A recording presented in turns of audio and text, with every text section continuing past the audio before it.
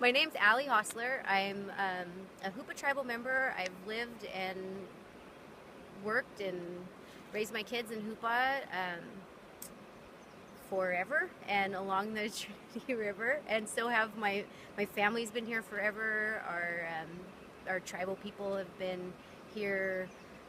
Some fire pits were carbon dated to 10,000 years, so Wow. our people are rooted here, Yeah. rooted in this river, rooted in this land. Presently, I work for the Two Rivers Tribune. I've worked there for the past 14 years, on and off. I am presently the news editor there, have formerly been the managing editor. We all wear the same hats at the paper. It's a really small community-based publication, and it's based on the Two Rivers. We cover the communities along the Trinity River and the Klamath River, which are, I don't know, the same river. They're Yeah. of the Well, same system. yeah, for sure. The whole Klamath River watershed, right? Yes, So yes. it So we're almost could be covering, called the Three Rivers Tribune if you right, throw the salmon in there. right.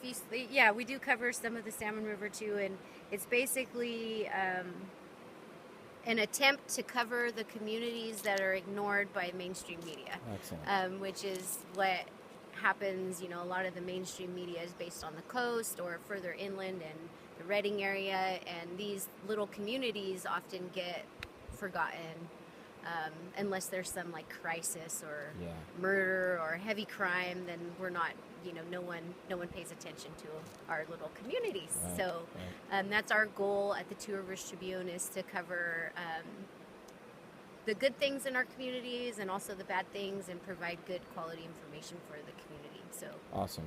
over the course of my work there, I've written quite a bit about water issues on the Klamath and the Trinity River, and have become fairly familiar, not an expert, but fairly familiar with what's happening on the scientific and political side of the Trinity River, which helps balance out um,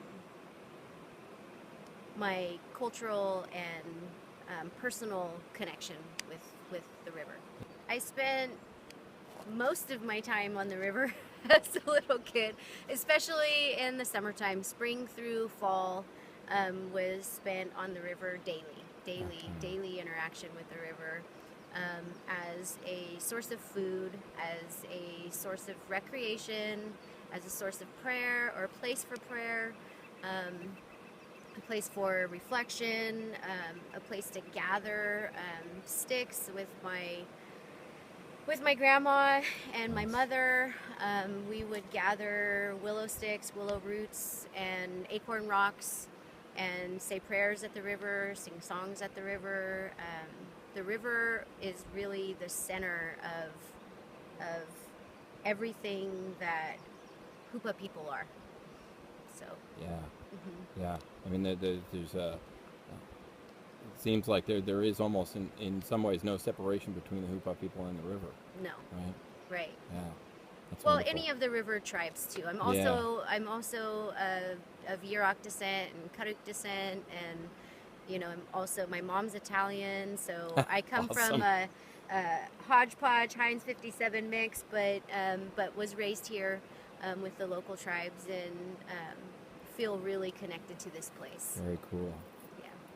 And this place in particular that's behind you, when the water is lower, is your favorite fishing spot. Is that right? Yeah, I fish here a lot. I fish here in the fall salmon run. I like to fish in this spot. I fish, you can't see it now, but up ahead of that rock point, Yeah. just to the left of it, an island will form when the water goes down, and there's a nice little eddy and fishing hole. I like to set a little 50-foot net out there and pull in a few fish. Sweet. And yeah, my brother fishes here also, my older brother, but yeah, we fish here sometimes together, sometimes alone, but I wouldn't call it necessarily our family fishing spot, because family fishing spots here are controversial, but it's a place that we like to fish. Yeah. And sometimes I'll, fish with a fishing pole here too. Sure. Yeah. And your kids are now growing up on the Trinity River. Yep, my kids have been here. My kids are 15 years old. They're twins, boy-girl twins, and they've spent a lot of nights here in this spot. Fishing, swimming. Yeah, they enjoy the Trinity River just as much as I did growing up, and it's our home forever. Yeah, that's great. So the one question I do ask folks, and sometimes it's an off-the-cuff answer. What's like the magic moments for you down here? I mean, is there like bringing people down here and having them go, wow, this is amazing.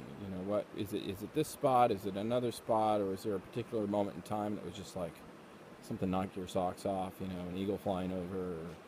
Yeah, sometimes, when I do sleep down here, I don't sleep in a tent. I just put something in the back of the truck, a mattress. I had a twin-size mattress that fit perfect in the back of my truck, so you just sleep in the open and it's comfortable, and wake up in the morning to see an eagle flying overhead and feeding its family. There's some nests. You can see a nest. There's a nest over on that tree. Oh yeah. I don't know if you can see it in the video. Yeah. And then sometimes you'll see them in other trees too, but they'll that one they'll right come there in the center tree there, right? Yeah. Yeah. And then one time there was a deer, a buck, that was swimming across the river. And it was like, oh my gosh, you could hear this splashing. Wow. And you wake up and look, and there's a big buck with racks swimming across the river, and he jumps out and climbs up the hill, and stuff like that you don't see when you're just visiting. You see it when you're living. When you're living, you're blessed to see those sorts of things. You don't get that when you go to the river to swim for a couple hours. You get that when you live it. Right. When you wake up here on a daily basis. When you really taking some time. Right.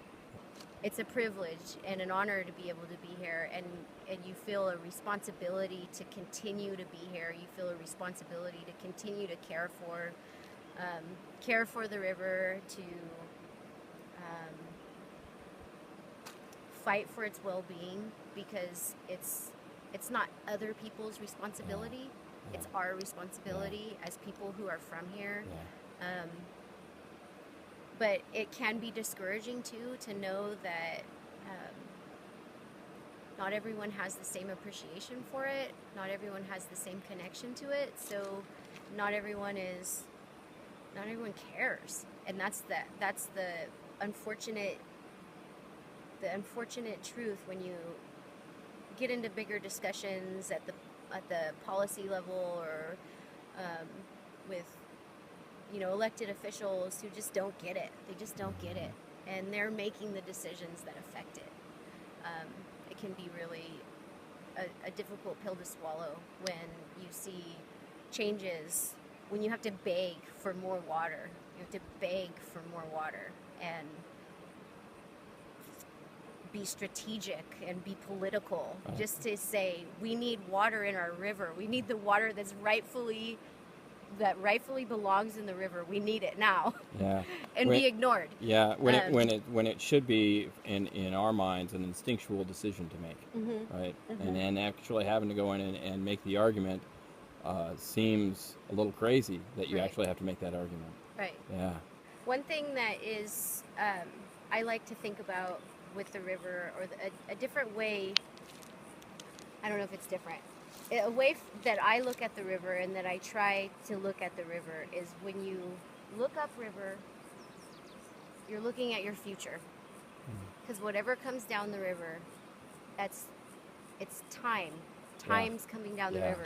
Whatever is, that's our future, and it's coming down the river. So whatever we're doing up there impacts the rest of our lives. That's our future. Great sentiment. Thank you. Right on.